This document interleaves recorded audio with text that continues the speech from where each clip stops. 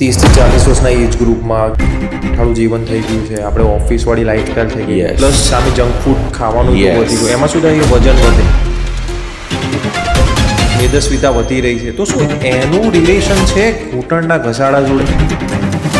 જેમ જેમ આપણું બોડીનું વેટ વધતું હોય છે તો એની સીધી અસર ક્યાંક ને ક્યાંક આપણા એના કારણે ઘૂંટણ છે ને એ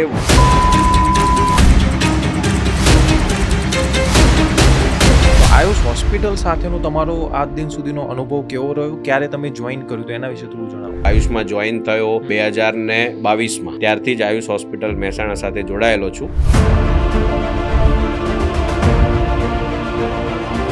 અત્યાર સુધીમાં ઓલમોસ્ટ 5000+ જોઈન્ટ રિપ્લેસમેન્ટ સર્જરીઝ કરી છે. અને આખા ગુજરાતમાં જ્યારે છે ને જોઈન્ટ રિપ્લેસમેન્ટ વાળી વાત આવે ને ત્યારે લોકોનો આયુષ હોસ્પિટલ ઉપર એક અનોખો વિશ્વાસ હોય. એની પાછળનું મેઇન જે કારણ છે એ ટીમ વર્ક છે. બધા જ યુનિટમાં વાત કરીએ તો 3+ ડૉક્ટરોની ટીમ, ઓર્થોપેડિક સર્જન્સની ટીમ હોય છે અને દરેક દર્દીને આપણે ઇક્વલ અટેન્શન અને પ્રોપર અટેન્શન સાથે આપણે એમની ટ્રીટમેન્ટ કરી શકીએ છીએ. પલાઠી વાળીને નીચે બેસવું, ઉભડક પગે બેસતા હોઈએ છીએ એ, અને સીડી ચડ ઉતર કરવી. આ 3 એક્ટિવિટીને આપણે જેટલું શક્ય હોય એટલું આપણે ઓછું કરીએ તો એનાથી આપણો ની જોઈન્ટ એની લોંગેવિટી પણ સીડી ચડવું તો હેલ્થ માટે સારું નહીં? સારું છે, પણ એક તો એના કારણે Hey everyone, welcome to the Madwin. Today we have Dr. Divya Patel to discuss સાંધાના વાંધા. આયુષ હોસ્પિટલ કે જે ગુજરાતનું સૌથી મોટું ગ્રુપ ઓફ હોસ્પિટલ્સ છે તેમના મહેસાણા યુનિટના જાણીતા જોઈન્ટ રિપ્લેસમેન્ટ સર્જન ડૉક્ટર દિવ્ય પટેલ આજે આપણી પાસે છે. આજે આપણે ડિસ્કસ કરવાના છીએ સાંધાના એવા વાંધા વિશે કે જે આજકાલ ઘણા બધા ઇવન યંગસ્ટર્સ પણ ઘણા બધા પ્રોબ્લેમ્સ છે જે ફેસ કરી રહ્યા છે રિલેટેડ ટુ ધ હાડકા. સો વેલકમ ડૉક્ટર દિવ્ય પટેલ. સ્વાગત છે તમારું મેડવિનમાં. યસ હાર્દિકભાઈ, થેન્ક યુ. સો દરેક ડૉક્ટર્સને છે ને હું એક પહેલો સવાલ કરતો હોઉં છું કે ભાઈ દિવ્ય પટેલમાંથી ડૉક્ટર દિવ્ય પટેલ આ બનવાની જર્ની કેવી રહી? આ બનવાની જર્નીની વાત કરું તો ઘણી કઠિનાઈભરી જર્ની હતી. કલાકોના કલાકો સુધી વર્ક કર્યું છે અને ત્યારબાદ આ મુકામે પહોંચી શક્યા છીએ. ઓકે, તો ENT સર્જન ના બન્યા તમે, ગેસ્ટ્રો સર્જન ના બન્યા, ઓર્થોમાં જ કેમ આવ્યા?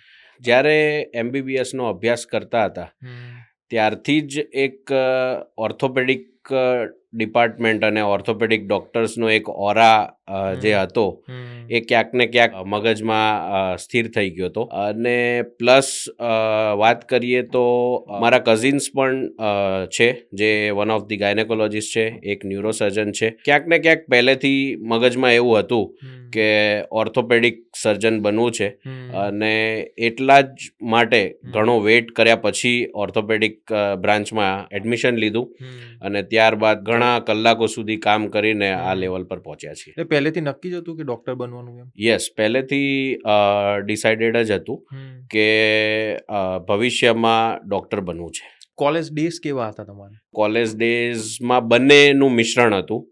એક તરફ હતું એના સ્ટડીઝ અને એક તરફ નાઇટ્સ રીડિંગ એન્ડ ઓલ. બીજી બાજુ એની સામે જોઈએ તો એટલા જ ક્યાંક ને ક્યાંક એન્જોયેબલ મોમેન્ટ્સ. તો તમે આજ દિન સુધી 5000 કરતાં વધારે જોઈન્ટ રિપ્લેસમેન્ટ સર્જરીઝ કરી છે, રાઈટ? 8 વર્ષો કરતાં વધારે તમારો અનુભવ છે. તો આયુષ હોસ્પિટલ સાથેનો તમારો આજ દિન સુધીનો અનુભવ કેવો રહ્યો? ક્યારે તમે જોઈન કર્યું તો એના વિશે થોડું જણાવો. તો આયુષ હોસ્પિટલ સાથે એક અલગ જ રિશ્તો જ્યારથી હું ઓર્થોપેડિક્સનો અભ્યાસ કરતો હતો ત્યારથી જ એક અલગ સંબંધ જોડાયેલો હતો.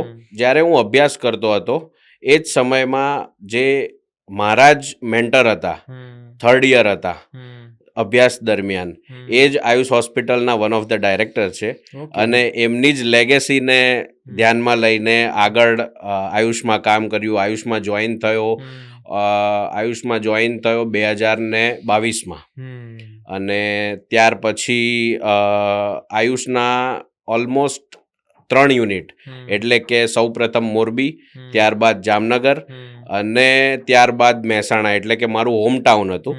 એટલે પહેલેથી એવી ઈચ્છા હતી કે હોમટાઉનમાં આપણા જે નજીકના જે સગા સંબંધીઓ છે, મમ્મી પપ્પાની પણ એવી ઈચ્છા હતી કે આપણે જે એરિયામાં કે આપણું જે વતન છે એ વતનમાં આપણે ક્યાંક ને ક્યાંક સર્વ કરશું. જન્મભૂમિને કર્મભૂમિ બનાવવી. યસ. અને એટલે જ પછી લાસ્ટમાં નિર્ણય લીધો કે મહેસાણા આયુષ હોસ્પિટલ ને આપણે જ્યારે 2024માં શરૂઆત કરી ત્યારથી જ આયુષ હોસ્પિટલ મહેસાણા સાથે જોડાયેલો છું. અત્યાર સુધીમાં ઓલમોસ્ટ 5000+ જોઈન્ટ રિપ્લેસમેન્ટ સર્જરીઝ કરી છે.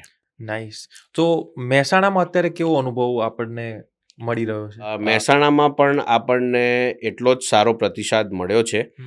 અને વાત કરું તો ઇનિશિયલી કેમ કે આયુષ ગ્રુપ ઓફ હોસ્પિટલ્સ જે આમ વાત કરીએ તો જેની શરૂઆત સૌરાષ્ટ્રમાં થઈ હતી અને સૌરાષ્ટ્રમાં એનું નામ એકદમ મોખરે હતું, પણ આજની વાત કરીએ તો મહેસાણામાં કોઈ એવો એરિયા નહીં હોય કે જ્યાં સુધી આયુષ હોસ્પિટલ ના પહોંચી હોય. પણ મેં એવું ઓબ્ઝર્વ કર્યું છે, આપણું આટલું મોટું આયુષ હોસ્પિટલ ગ્રુપ છે, રાઈટ? અને આખા ગુજરાતમાં જ્યારે છે ને જોઈન્ટ રિપ્લેસમેન્ટ વાળી વાત આવે ને ત્યારે લોકોનો આયુષ હોસ્પિટલ ઉપર એક અનોખો વિશ્વાસ હોય. આપણો જોઈન્ટ રિપ્લેસમેન્ટ વાળો જે ડિપાર્ટમેન્ટ છે અક્રોસ ઓલ ધ યુનિટ એ બહુ સ્ટ્રોંગ છે. તો એની પાછળનું શું કારણ છે? એની પાછળનું મેઇન જે કારણ છે એ ટીમ વર્ક છે. શરૂઆતથી જ જ્યારથી મેં આયુષ જોઈન કર્યું છે ત્યારથી ઓલમોસ્ટ બધા જ યુનિટમાં વાત કરીએ તો 3+ ડોક્ટરોની ટીમ, ઓર્થોપેડિક સર્જન્સની ટીમ હોય છે. અને એ જે ટીમ વર્કથી આપણે જે દરેક દર્દી પ્રત્યેનો જે આપણો અભિગમ હોય છે અને દરેક દર્દીને આપણે ઇક્વલ અટેન્શન અને પ્રોપર અટેન્શન સાથે આપણે એમની ટ્રીટમેન્ટ કરી શકીએ છીએ. આપણે જેમ જેમ આગળ વધતા ગયા એમ આપણે એમ ટેકનોલોજીનો પણ ઉપયોગ કરતા ગયા અને એના કારણે જ આજે આમ જોઈએ તો આયુષ હોસ્પિટલ પ્રત્યે જે વિશ્વાસ લોકોએ જે દાખવ્યો છે એ પ્રશંસનીય છે. તો આપણે આયુષ હોસ્પિટલમાં જોઈન્ટ રિપ્લેસમેન્ટ માટે સૌથી લેટેસ્ટ ટેકનોલોજી કઈ અવેલેબલ છે? આપણે આયુષ હોસ્પિટલમાં રોબોટિક ની રિપ્લેસમેન્ટ થાય છે. ઓકે. તો તમારી આ ડે ટુ ડે તમે તો ઘણા બધા પેશન્ટ્સના ટચમાં આવતા હશો, રાઈટ? યસ. તો કેવા કોમન પ્રોબ્લેમ્સ અત્યારે સામે આવી રહ્યા છે કે જે પહેલા કદાચ નહોતા? બરોબર, પહેલાની આપણે લાઈફની વાત કરીએ તો કદાચ જે પહેલા લોકો ઘરડા થતા હતા ત્યારે આટલું જલ્દી બધું ઘસાતા નહોતા એમના હાડકા, પણ અત્યારની જે નવી જનરેશન છે, આપણે એને બ્લિંકિટ વાળી જનરેશન કહીએ, બરોબર, તો એ લોકોમાં અત્યારે નાની એજથી જ બધા હાડકાના પ્રોબ્લેમ શરૂ થઈ જાય છે, ઘસારો જલ્દી શરૂ થઈ જાય છે.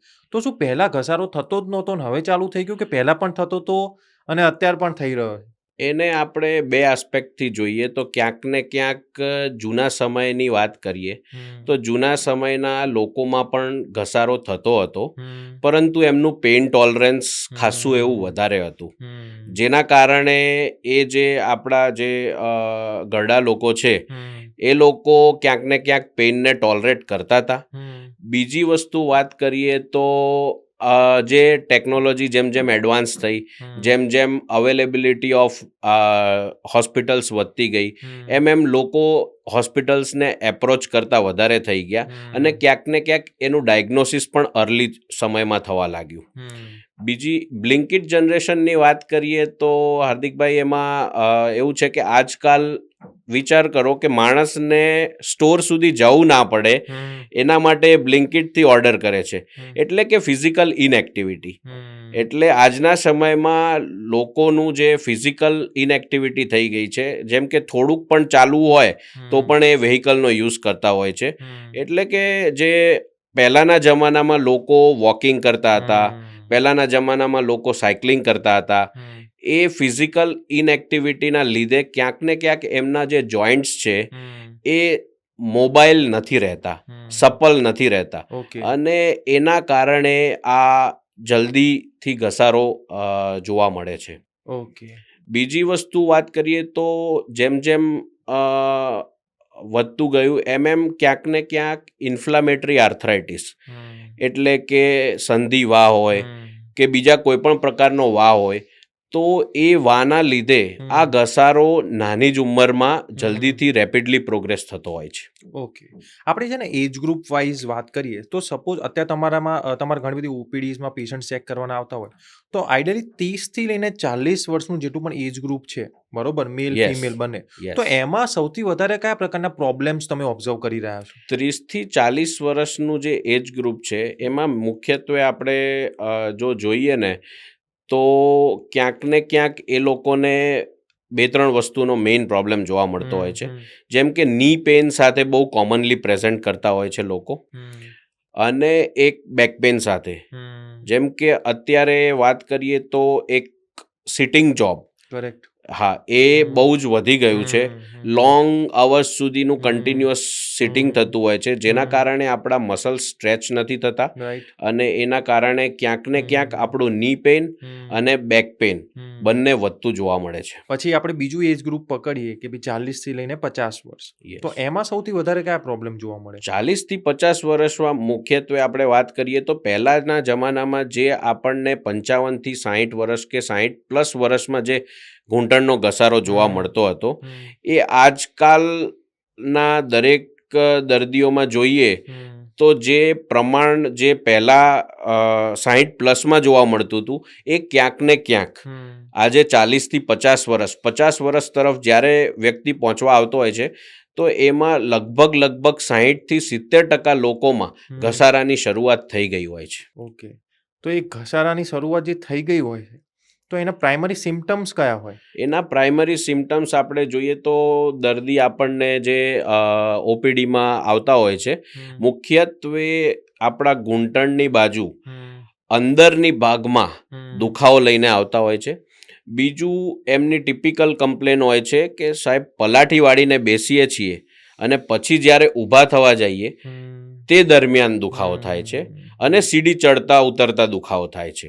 આ મુખ્યત્વે આ 3 કમ્પ્લેન સાથે ઓકે, ઘસારાની જેને શરૂઆત થતી હોય છે એ લોકો પ્રેઝન્ટ કરતા હોય છે. ઓકે. અને આપણે વાત કરીએ 50 થી લઈને અબવ એજમાં, Yes. રાઈટ, તો એમાં સૌથી વધારે કયા પ્રોબ્લેમ જોવા મળે? એમાં સૌથી વધારે હવેના જમાનામાં જોઈએ તો ડીજનરેટિવ ચેન્જીસના લીધે જે પણ પ્રશ્નો પેદા થાય છે, ડીજનરેટિવ સ્પાઇન ડિઝીઝ એટલે કે લો બેક પેઇનના પ્રોબ્લેમ્સ હોય છે, સર્વાઇકલ સ્પોન્ડિલાઇટિસના પ્રોબ્લેમ્સ હોય છે, અને ઢીંચણના ઘસારાના પ્રોબ્લેમ્સ હોય છે. ઓકે, તમે જે વાત કરી 30 થી 40 વર્ષના એજ ગ્રુપમાં કે ભાઈ બેઠાડું જીવન થઈ ગયું છે, આપણે ઓફિસવાળી લાઈફસ્ટાઈલ થઈ ગઈ છે, Yes. પ્લસ સામે જંક ફૂડ ખાવાનું Yes. એટલું વધી ગયું, એમાં શું થાય કે વજન વધે છે. બરોબર, મેદસ્વીતા વધી રહી છે, તો શું એનું રિલેશન છે ઘૂંટણના ઘસારા જોડે? ચોક્કસપણે કહી શકાય કે જેમ જેમ આપણું બોડીનું વેટ વધતું હોય છે તો એની સીધી અસર ક્યાંક ને ક્યાંક આપણા ની જોઈન્ટ ઉપર પડતી હોય છે, અને એના કારણે ટિપિકલી વાત કરું તો શોર્ટ સ્ટેચર્ડ સ્ટબી ફિમેલ્સ, એમના જે ઘૂંટણ હોય છે એમાં ઘૂંટણ છે ને એ બેન્ડ થવાની શરૂઆત થઈ જતી હોય છે. Okay. એટલે કે વારસ ડિફોર્મિટીની શરૂઆત થાય છે. એના કારણે જે ઉપરથી નીચે સુધીનું જે અલાઇનમેન્ટ હોય છે અને જે વેટ બિયરિંગ એક્સિસ હોય છે એ મીડિયલી શિફ્ટ થઈ જતી હોય છે, અને એના કારણે આ અર્લી આર્થરાઇટિસ જોવા મળતો હોય છે. ઓકે, એટલે ટૂંકમાં મેદસ્વીતાનું રિલેશન છે. બિલકુલ છે. આપણે જ્યારે છે ને ઓર્થોપેડિક ડૉક્ટર જોડે ઓપીડીમાં બતાવવા માટે જઈએ એટલે ઘણીવાર ડૉક્ટર એવું કહેતા હોય કે ભાઈ તમારે ગાદી ઉપર ભાર આવે છે, ગાદી ખસી Yes. ગઈ છે, તો ગાદી એટલે કે કાર્ટિલેજ, યસ. તો એ શું છે એને એકદમ સિમ્પ્લિફાય કરીને તમે સમજો ને એનું મહત્વ શું હોય? કાર્ટિલેજને હું એક સિમ્પલ ભાષામાં કહીશ તો કોઈ પણ આપણા શરીરનો કોઈ પણ જોઈન્ટ હોય એ બંને જે સરફેસીસ હોય છે એની ઉપર એક સ્મૂથ ગ્લિસનિંગ સરફેસ હોય છે, એને આપણે કહીએ છીએ કાર્ટિલેજ. ઓકે. અને એ કાર્ટિલેજનો જે મુખ્યત્વે જે રોલ છે એ છે કે બંને સરફેસીસને ઘર્ષણ થવા ના દે. ઓકે. જેટલું ઓછું ઘર્ષણ એટલું ઓછું વિયર એન્ડ ટીયર, અને એટલું જ પેનલેસ મોબાઈલ જોઈન્ટ રહેતો હોય છે. એટલે આમ બેઝિકલી વાત કરીએ તો હાર્દિકભાઈ એક વિશિયસ સાયકલ બની ગઈ છે ઓકે. કે માણસની ઇનેક્ટિવિટી, એના કારણે મેદસ્વીતા, એના કારણે જોઈન્ટ પ્રોબ્લેમ એટલે પેઇન એટલે વળી પાછી ઇનેક્ટિવિટી. એટલે આપણે એ વિશિયસ સાયકલમાંથી અગર બહાર આવીએ તો જ આ પ્રોબ્લેમનો સોલ્યુશન થઈ શકે છે. ઓકે, તો એવા કયા કયા સંજોગો હોય કે જ્યારે આ ગાદી ઘસાઈ જાય અને ત્યારે પછી ઘર્ષણ વધી જાય એમ બે હાડકા વચ્ચે? એના મુખ્યત્વે જે કારણ છે, એક પ્રાઇમરી જેને કે આપણે એજ રિલેટેડ કહીએ છીએ, એટલે કે એક એજ ઉપરની એબો એજ થાય છે ત્યારે એ કાર્ટિલેજનું ઘસાવાનું શરૂઆત થતી હોય છે. ઓકે.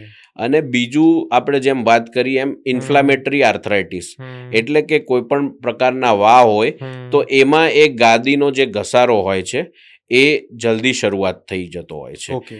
અને આ ગાદીનું જ્યારે ઘસાવાની શરૂઆત થાય છે ત્યારે આપણો જે કોઈ પણ જોઈન્ટ જ્યારે મૂવમેન્ટ કરે છે ત્યારે એમાં ક્રશિંગ મૂવમેન્ટ થતી હોય છે અને એના કારણે બે હાડકાં ટકરાય છે અને એના કારણે પેઇનનું સેન્સેશન દર્દીને ફીલ થતું હોય છે.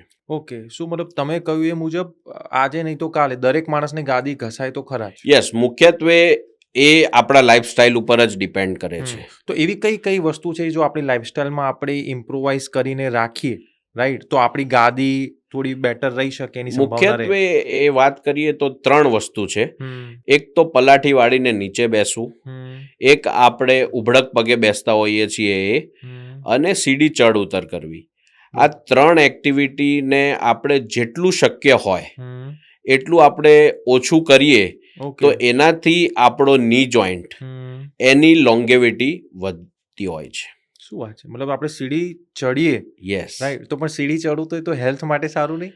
હેલ્થ માટે સારું છે પણ એક લેવલ સુધી. ઓકે. જ્યારે એને આપણે એક બિયોન્ડ લેવલ આપણે કરતા હોઈએ છીએ તો એના કારણે આ ગાદીમાં ઘસારો વધતો હોય છે. ઓકે. શું તો કોઈ એવી ટ્રેનિંગ, એવી કોઈ ફૂડ હેબિટ્સ ખરા કે જેનાથી આપણી ગાદી છે એ મેન્ટેન રહે? ફૂડ હેબિટ્સની વાત કરીએ તો એવું બેઝિકલી પર્ટિક્યુલરલી કંઈ નથી, પરંતુ આપણે હેલ્ધી ડાયટ લેવું જોઈએ અને ફિઝિકલ એક્ટિવિટી રાખવી જોઈએ.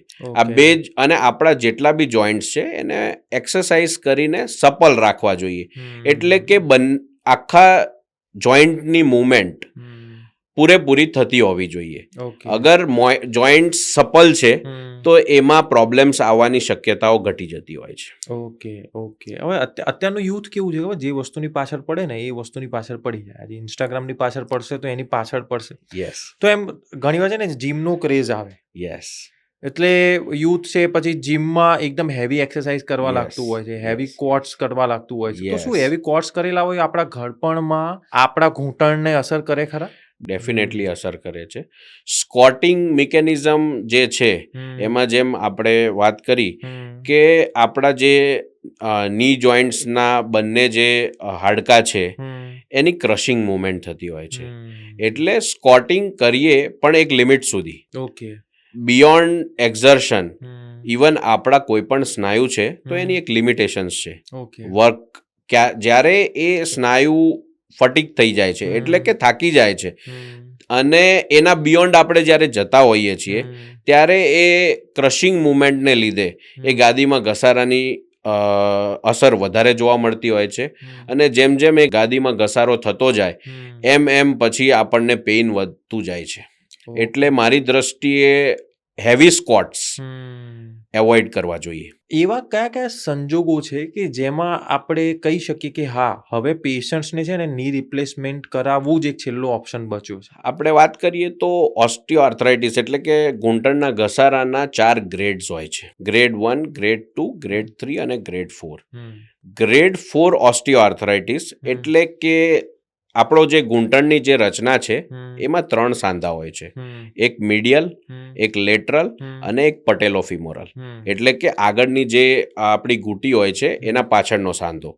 જ્યારે 3 સાંધાઓનું ઇન્વોલ્વમેન્ટ હોય છે, 3 સાંધાઓમાં પૂરેપૂરી ગાદીનો ઘસારો થઈ ગયો છે, ત્યારે અચૂકપણે જોઈન્ટ રિપ્લેસમેન્ટ સર્જરી એક જ એનો ઉત્તર છે. તો તમે તો આટલી 5,000 કરતાં વધારે સર્જરી કરી, તો બટ ઓબ્વિયસલી ઘણા બધા પેશન્ટ્સને કન્સલ્ટ કર્યા હશે.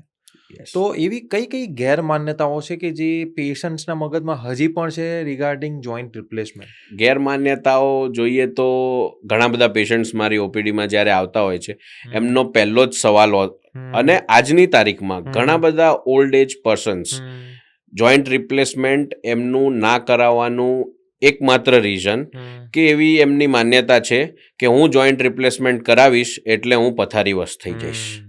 આ પહેલી માન્યતા છે. બીજી માન્યતા, જોઈન્ટ રિપ્લેસમેન્ટ કરાવ્યા પછી ફિઝિયોથેરાપી બહુ જ કઠિન હોય છે. આ એક બીજી માન્યતા છે. તો આવી માન્યતાઓના લીધે ઘણા બધા લોકો જોઈન્ટ રિપ્લેસમેન્ટ સર્જરીને અવોઇડ કરતા હોય છે. એટલે એક ડર તરીકે એને આખું જોવામાં આવે. યસ.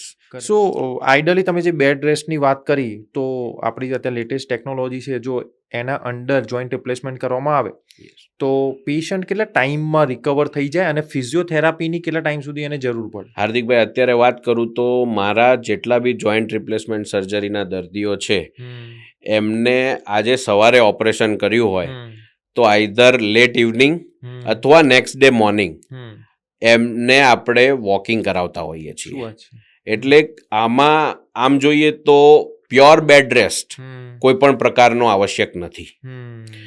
જેટલું આપણે એમને જલ્દીથી મોબિલાઇઝ કરીશું એટલા જ કોમ્પ્લિકેશન્સના રેટ ઓછા થતા હોય છે. તો આપણે આયુષ હોસ્પિટલમાં એવા કયા આમ ચેલેન્જિંગ કેસ હતા રિગાર્ડિંગ જોઈન્ટ રિપ્લેસમેન્ટ કે જે આપણે રિસન્ટલી હમણાં કોઈ સોલ્વ કર્યા હોય? ઘણા બધા ચેલેન્જિંગ કેસીસ આપણે કરેલા છે. જેમ મેં આગળ વાત કરી એમ વારસ ડિફોર્મિટી વાળા કેસીસ તો રેગ્યુલરલી આવતા હોય છે, પરંતુ એક અલગ ડિફોર્મિટી જે આપણને 2-3% લોકોમાં જ જોવા મળતી હોય છે, એટલે કે વાલ્ગસ ડિફોર્મિટી, અને સાથે સાથે ફિક્સ ફ્લેક્શન ડિફોર્મિટી, એટલે કે એમનો જે ઢીંચણ હોય છે એ વળેલો જ રહે છે, 15 થી 20 ડિગ્રી ઓલમોસ્ટ વળેલો જ હોય, એ સ્ટ્રેટ નથી થતો હોતો. એની સાથે સાથે વાલ્ગસ ડિફોર્મિટી, એટલે કે બહારની બાજુ પગ વળેલો હોય છે. તો આવા કેસીસમાં જે જોઈન્ટ રિપ્લેસમેન્ટ સર્જરી કરતા હોય છે ત્યારે ખાસ વિશેષ ધ્યાન આપવું પડતું હોય છે. અને આપણે ઓલમોસ્ટ મહેસાણાની વાત કરીએ તો ઓલમોસ્ટ 50 દર્દીઓ એવા છે અત્યાર સુધીમાં કે જેમની વાલ્ગસ ડિફોર્મિટી આપણે કરેક્ટ કરેલી છે. શું વાત છે! યસ. તો કોઈ પેશન્ટ જોઈન્ટ રિપ્લેસમેન્ટનું ઓપરેશન કરાવે તો એના પછી એને કઈ કઈ વસ્તુઓનું ધ્યાન રાખવું જોઈએ, આમ કે ભાઈ આ વસ્તુ કરવાની, આ વસ્તુ નહીં કરવાની? જોઈન્ટ રિપ્લેસમેન્ટ કરાવ્યા પછી મુખ્યત્વે એમને એ કાળજી રાખવાની હોય છે કે ઉબડ-ખાબડવાળા એરિયામાં ચાલવાનું શરૂઆતના સ્ટેજમાં એવોઇડ કરવું જોઈએ. કેમ કે ઘણી બધી વખત આપણું જ્યારે ની રિપ્લેસમેન્ટ થયું હોય છે તો સ્નાયુ થોડુંક વીક હોય છે અને એના કારણે ઘણી વખત આપણો ની જોઈન્ટ બકલ થઈ જાય અને એમાં ફ્રેક્ચર થવાના ડર રહેતા હોય છે. તો બેઝિકલી આપણે 2 વસ્તુ પર ફોકસ કરવું જોઈએ. એક તો ઇમિડિયેટ ફિઝિયોથેરાપી, જેથી કરીને આપણા બધા જ સ્નાયુ સ્ટ્રોંગ થઈ જાય. ફિઝિયોથેરાપીની વાત કરીએ તો 20 થી 25 દિવસની ફિઝિયોથેરાપી ઇઝ ગુડ ઇનફ. આપણા બધા જ ની જોઈન્ટના ફરતે જેટલા બી સ્નાયુઓ છે એમાં એક મિનિમમ સ્ટ્રેન્થ વોક કરવા માટે અને સારી રીતે આપણને કોઈ પણ પ્રોબ્લેમ વગર આપણે ચાલી શકીએ એના માટે 25 દિવસની ફિઝિયોથેરાપી એડિક્વેટ હોય છે.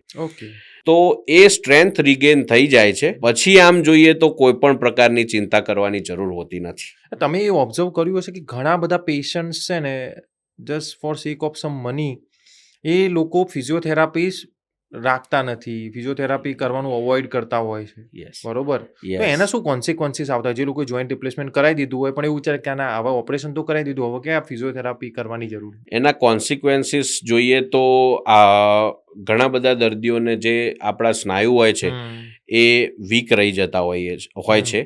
એના લીધે મુખ્યત્વે થોડો ઘણો પેઇન રહી જવો અને બીજું ચાલવામાં તકલીફ પડવી, આ 2 પ્રોબ્લેમ્સ રહેતા હોય છે. અને એના કારણે એમને એવું ફીલ થાય છે કે જોઈન્ટ રિપ્લેસમેન્ટ ના કરાવવું જોઈએ. બેસિકલી જોઈન્ટ રિપ્લેસમેન્ટ સર્જરી જેટલું ઇમ્પોર્ટન્સ આપણું સર્જરીનું છે એટલું ઇમ્પોર્ટન્સ ક્યાંક ને ક્યાંક પોસ્ટ ઓપરેટિવ રિહેબિલિટેશનનું છે.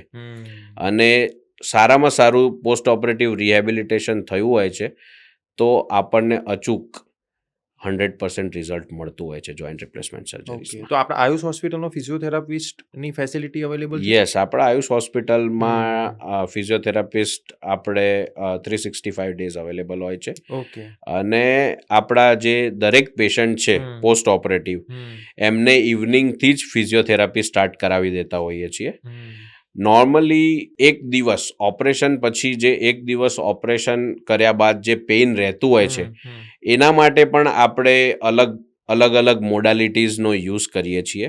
જેમ કે વાત કરીએ તો નોર્મલી ઓપરેશન થયા બાદ તો બધા જ લોકો પેઇન કિલર્સ અને પેઇન મેનેજમેન્ટ કરતા હોઈએ છીએ, પણ આપણે આયુષ હોસ્પિટલમાં પ્રોટોકોલ સ્વરૂપે એની શરૂઆત આપણે ઓપરેશનના 6 કલાક પહેલાથી જ કરી દેતા હોઈએ છીએ. એટલે કે અમારી ભાષામાં કહેવાય કે પ્રીએમ્પ્ટિવ એનાલ્જેશિયા, એટલે કે એનેસ્થેશિયા આપ્યા પહેલાનું એનાલ્જેશિયા એ આપણે આપીએ છીએ, જેના કારણે આપણા ઓલમોસ્ટ બધા જ દર્દી દુખાવા રહિત રહેતા હોય છે અને એટલું જ ઝડપી આપણે એમની ફિઝિયોથેરાપી સ્ટાર્ટ કરી શકતા હોઈએ છીએ. ઓકે ડૉક્ટર દિવ્ય, આપણે આમાં એવું કંઈ હોય ખરા કે પુરુષ કરતાં સ્ત્રીઓને વધારે આ ઘસારાનો એનો પ્રોબ્લેમ હોય? લિટરેચર પ્રમાણે જોઈએ તો ક્યાંક ને ક્યાંક એવું આપણને પર્સન્ટેજ જોઈએ તો ક્યાંક ને ક્યાંક સ્ત્રીઓમાં એનું પ્રમાણ વધારે જોવા મળતું હોય છે.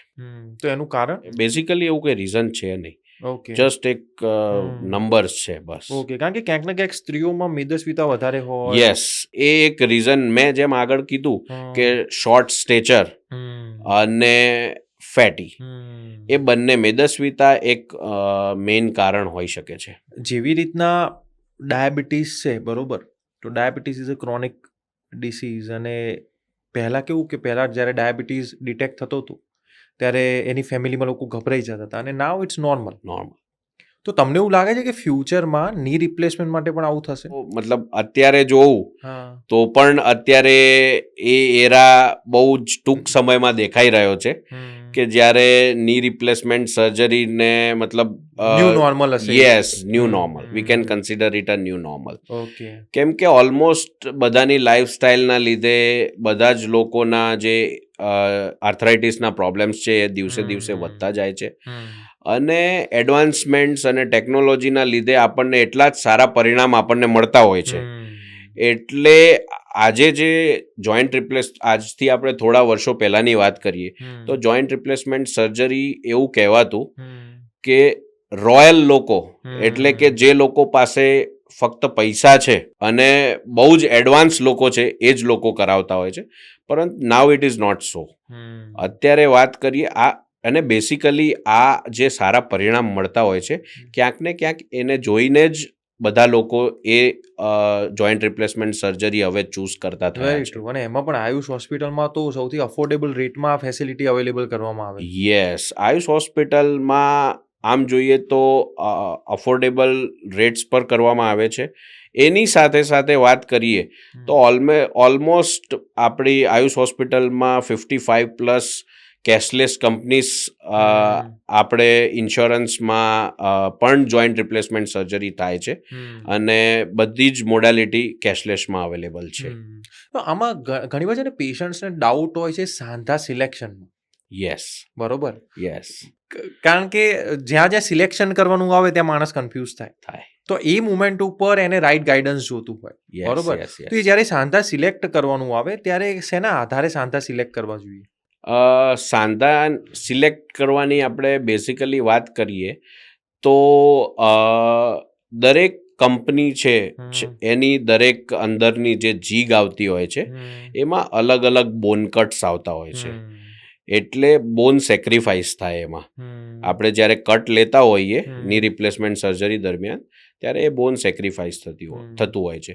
એટલે ક્યાંક ને ક્યાંક હું મારી પર્સનલ વાત કરું તો હું જનરલી આપણી ઇન્ડિયન ફિમેલ્સના આમ પણ બોનની સાઇઝ હોય એ નાની હોય, અને એમાં પણ જો કોઈ મોટો બોન કટ આવતો હોય તો એવા ઇમ્પ્લાન્ટ્સને આપણે જનરલી એવોઇડ કરતા હોઈએ છીએ, અને આપણે જે મિનિમલ બોન કટ્સ સાથેના જે ઇમ્પ્લાન્ટ્સ હોય એમને આપણે વધારે પ્રમોટ કરતા હોઈએ છીએ. ઓકે. હવે અત્યારની જે રીતની બધાની લાઈફસ્ટાઈલ છે એટલે છે ને સ્મોકિંગ પણ લોકો સ્ટ્રેસને દૂર કરવા માટે ઘણીવાર એવું માનતા કે સ્મોકિંગ કરી, બરાબર. તો એ શું સ્મોકિંગ સાયટિકાનું જે કમરનો દુખાવો ને કે એનું રીઝન બની શકે? આમ જોઈએ તો સ્મોકિંગનું સાયટિકા સાથે કોઈ ડાયરેક્ટ કનેક્શન નથી. ઓકે. પરંતુ સ્મોકિંગના લીધે આપણા જે પગની જે નળીઓ છે એ સાંકડી થતી હોય છે ડાયરેક્ટલી, અને એના કારણે આપણે કોઈ પણ વ્યક્તિ જ્યારે થોડુંક પણ ચાલે તો એના પગથી લઈને કમર સુધી દુખાવો શરૂ થતો હોય છે, જેને અમારી ભાષામાં વાસ્ક્યુલર ક્લાઉડિકેશન કહેતા હોઈએ છીએ. પરંતુ નોર્મલ માણસે સાયટિકા શબ્દ જ સાંભળેલો હોય છે, એટલે બંનેના જે આપણે ચિહ્નો કહીએ એ બંને એકદમ મેચિંગ છે.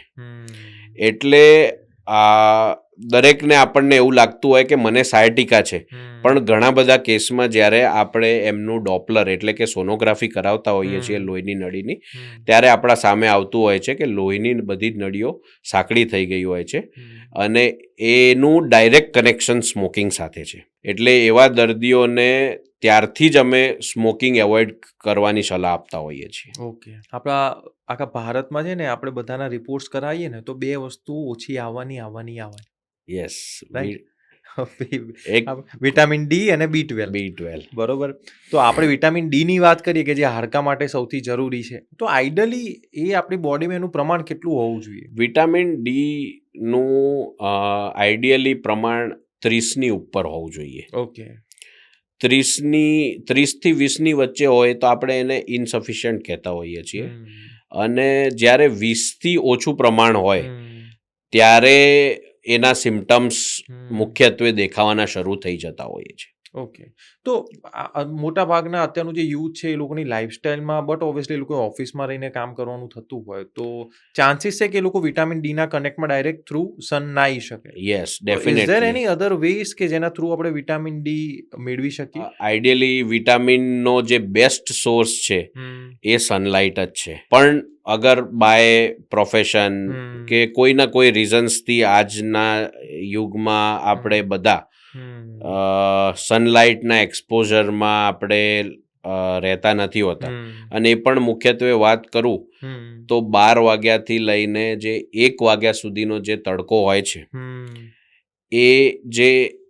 એ દરમિયાન જો આપણે મેક્સિમમ સનલાઇટના એક્સપોઝરમાં રહીએ તો વિટામિન D3ની માત્રા આપણા શરીરમાં વધી શકે છે.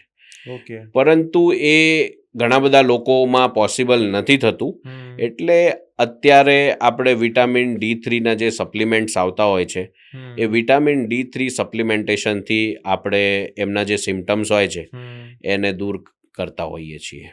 ઓકે.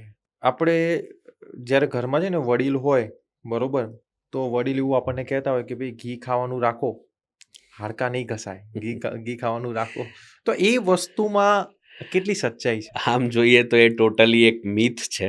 બેઝિકલી ઘી ખાવાથી હાડકાના જોઈન્ટનું લુબ્રિકેશન વધે એવું જનરલી હોતું નથી. મુખ્યત્વે જોઈન્ટનું જે લુબ્રિકેશન છે એ સારું રાખવા માટે ફિઝિકલ એક્ટિવિટી, વોકિંગ અને સાયકલિંગ, જોગિંગ ઓછી માત્રામાં એ સૌથી બેસ્ટ ઓપ્શન છે. ઓકે. કોઈ 35 થી 40 વર્ષનો યુથ જે આ પોડકાસ્ટ જોઈ રહ્યું છે, બરોબર, Yes. હવે એ લોકોને ભવિષ્યમાં તમારી જરૂર ના પડે જોઈન્ટ રિપ્લેસમેન્ટ કરવા માટે, તો એમને તમે શું એક એડવાઇસ આપશો? એમને હું 2 એડવાઇસ આપીશ.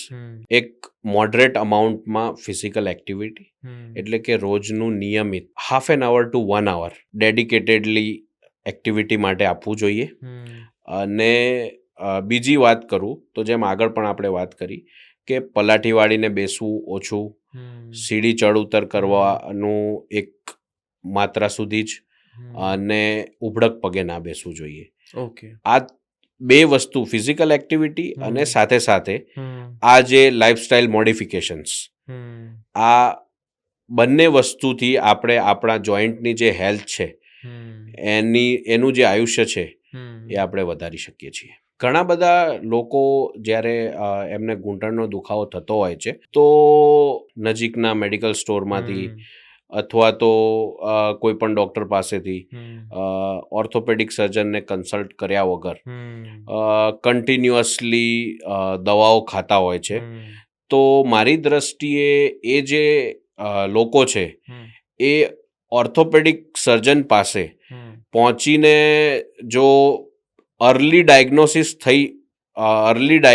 થશે તો I think any treatment early શરૂ થશે, અને ત્યારથી જ એની જે ફિઝિયોથેરાપી છે અને આપણે જે જેમ વાત કરી કે સ્ટેજ 1, 2, 3 અને 4, તો સ્ટેજ 1માં જ અગર આપણે ડિટેક્ટ કર્યું છે તો આપણે ઘણા બધા પ્રિકોશન્સ લઈને આપણે એને સ્ટેજ 2 અને 3 તરફ જતો આપણે જે સાંધો હોય છે એને એક અમાઉન્ટ સુધી અટકાવી શકતા હોઈએ છીએ અથવા તો એને ડિલે કરી શકતા હોઈએ છીએ, જેથી કરીને આજના જે યુગમાં જે 50-55ની ઉંમરે જે જોઈન્ટ રિપ્લેસમેન્ટ કરાવવાની જે નોબત આવતી હોય છે એને આપણે ડિલે કરીને 60+, 65+ સુધી લઈ જઈ શકીએ.